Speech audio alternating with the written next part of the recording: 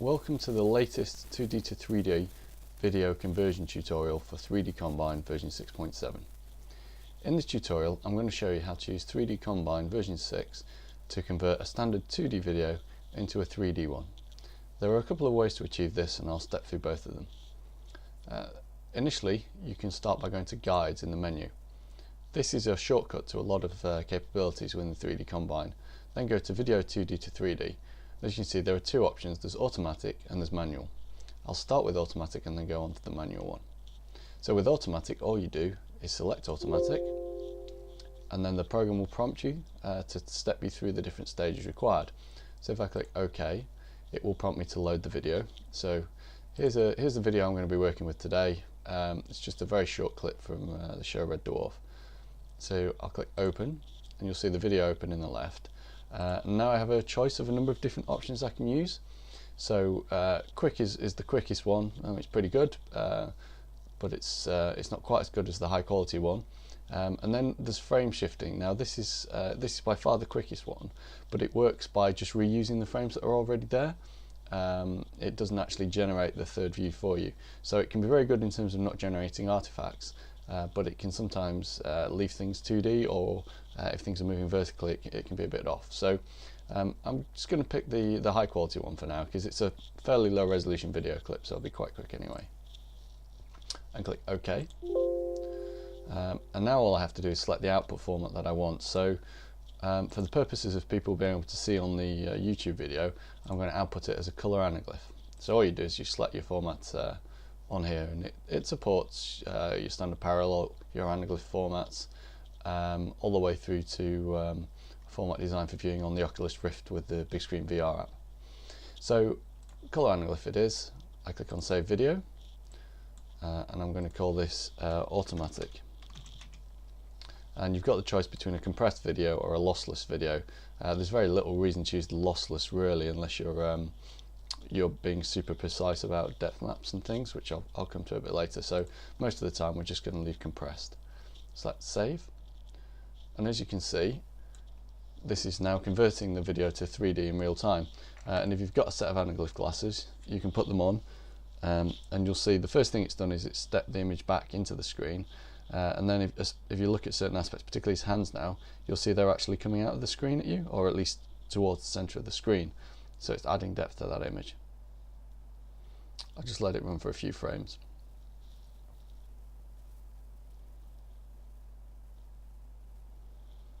And as I said, this is probably the slowest of the conversion methods.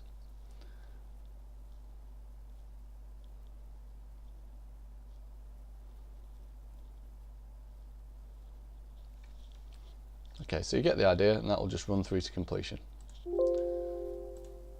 Alright, so that's the quickest and the easiest way to do it. Of course you have no control over that. If it goes wrong you can't do anything about it, nor can you tweak the 3D amount or the depth of any aspects in the scene. So the next mode attempts to correct for that, and this is using manual processing. So the first thing that you have to do with this one is generate a set of keyframes. So the way this works is it has a number of depth maps for different frames in the image, and it will use those to inform it as to what it should be doing. I'll illustrate in a second. So let me generate the keyframes first of all. So again, I select the same source video. Following the instructions, I just need to click on save video and it will generate a number of bitmap files. I'll show you that. So save video. So this is just, it doesn't actually matter what you call this video, it won't really create it. And now if you look as it's running through the video, what's happening on the right hand side is you're getting a series of these snapshots. Now these are the keyframes that the program's identifying. So as you watch, when the scene changes, you'll get a new one. And it's flagging these up as requiring manual interventions to create a depth map. And for each of those keyframes that it finds,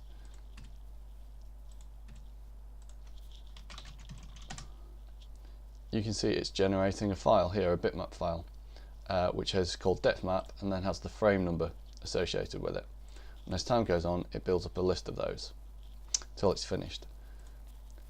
So I'm going to stop that now. So normally you'd let that run for the length of your video file. And if I go back to my my demo folder, see I've got a number of depth maps that I've created before. and a depth map is simply it's a grayscale image that shows you how far out of the screen effectively something should be. So things that are white are much further out of the screen, and things that are dark are all the way to the back. So all I've done is I've gone through and created these quite simple depth maps for all the keyframes that the program has generated. After processing is completed, or if it's going, if you feel that you need to add extra keyframes, you can do. There's nothing to stop that. You just need to give them the appropriate file name, and the program will pick them up automatically as it goes. So let me take these keyframes now, and I'll put them into my demo folder. And then I'll go back to 3DCombine. So the next stage is to actually process those depth maps. So manual step 2, process depth maps. So again, select the same 2D source file. You've got two options here, quick and high quality. Again, given it's a relatively low resolution video, I'll go with high quality. And then I have to click parallel as the output and save it. So, and it needs to be in the folder where I've saved all my my keyframes to. So you can see they're all in C:/demo. So I'm going to call this, and it is important what this file is called, red depth maps. Okay. So if you look, you can see what's happening now. So it's taken a frame, and it's taken the depth map associated with that frame, and it's following the movement in the video, and it's warping the depth map appropriately. So what you should see is the action that you can see on the left being replicated on the right hand side. So as he's moving, the depth map associated with him is moving too. Now it's not perfect, but it's pretty good actually, and I'll show you how to do some post-processing on it in a minute. As I said, if you feel that it's losing too much detail in between frames, what you can do is add extra depth maps in, and it will pick them up as it goes to maintain the quality throughout. So I'll just let this run for a second.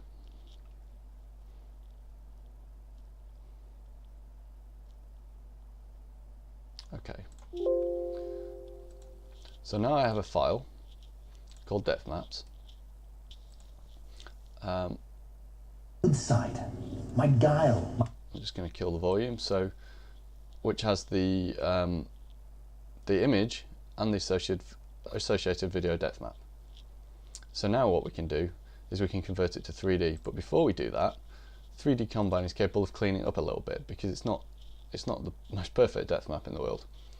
So again, if I go 2D, 3D, and then manual step 3, which is post-processing, you can skip this option, but I'd recommend it in general because it will improve the quality of your conversion. So now I select the depth maps video file. It's in parallel, so that should be fine. And you'll see on the right hand side here a processed version of the depth map, which should better match what's going on the left hand side. And again, I'll click on save, and this time I'll call it red depth maps post. So as you watch, it's looking at the depth map, it's looking at the image, and it's matching the two together. And this should produce a much higher quality depth map for the final conversion than if you just used the one raw out of the depth map processing.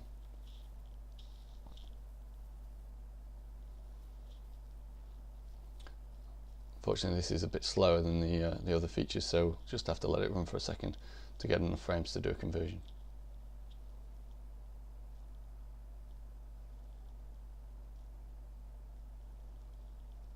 You can see, here's an example, his face has gone wrong, it lost the tracking there. So there's an example where you might want to go back in to the frame just before that happened and insert an extra depth map. But actually these things tend to happen so fast in the final image you don't notice them too much. As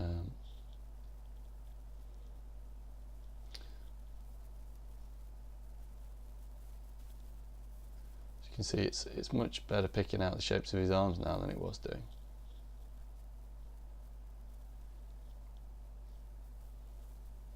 Okay, I've got a reasonable number of frames, so I'll stop it there. So now I've got my final video file with the video I want to convert, plus the process depth map. Final thing is to make a 3D video out of that. So now if I go video 2D to 3D, step 4, convert to stereo. now here I can select either the post-processed one or the non-post-processed one. Obviously, since I've got a post-processed one, I'm going to use that. Again, it's in parallel. Now it will prompt me for the magnitude of the 3D effect. So this is what I was saying with the automatic one, you don't really have much choice. With the manual one, you can play around with this setting. If you put a bigger value in here, it will give you more 3D effect. Things will jump out at you more or go back into the screen more. The downside is that any mistakes in the depth map will become far more apparent. You'll get artifacts and blocks and funny effects that you'll see. So there's a trade-off here. 0.2 is the default, and it's pretty good value to start off with, so I'll leave it at that. It also asks you whether you want to pre-process the depth maps to reduce artifacts. It can have a big or a small impact depending on the image, but I'm going to accept that because I want the best quality I can get. Okay, and now it's prompting me to save it. So now you can see, suddenly I've got my original 2D image and now the missing right eye that's been recreated using depth maps on the right hand side here. And if I go to color anaglyph as I did before, those of you with anaglyph glasses will be able to see that this is a 3D image now. So to cause the processing to happen, again, all I do is click Save Video, and this time I'm going to call it Red Manual. Okay, and now it will run through that file with all the depth maps that we've created in that video, and it will convert the video to 3D, much as it did before, except this time we've got a lot more control over the scene and how the 3D effect is going to work. And in general, it will produce a much superior result.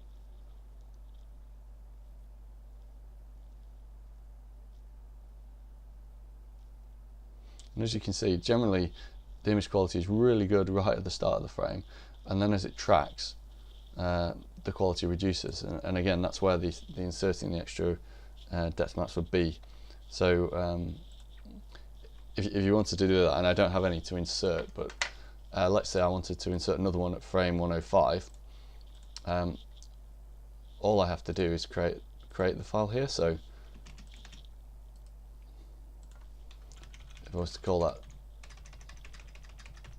depth map 105, at frame 105 it would now load this depth map in.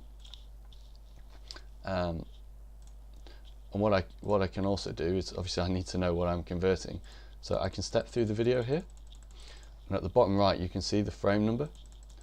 So if I identify, for example, that at frame, there you go, frame 42, it was starting to go wrong on his head, then what I could do is I could generate a depth map for that. So I'm going to use Open Video to open my my original depth maps video, and I'm going to go through to frame 42.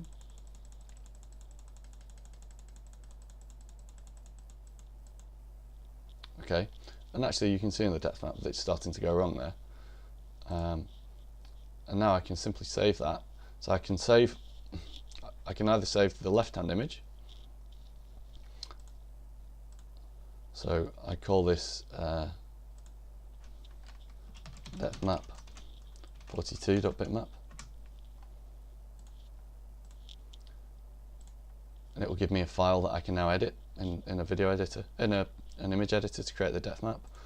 Or if I prefer, if it's just a correction that's needed, then I can save the right hand image and call that frame 42. There we go.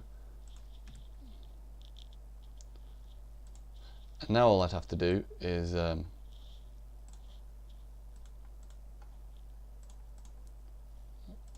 did I go wrong there? Frame 42. Bitmap. Save. Yes. Okay. And now all I have to do is tweak that. So it might actually just be a matter of just editing a little bit around his head, saving it, and I can go.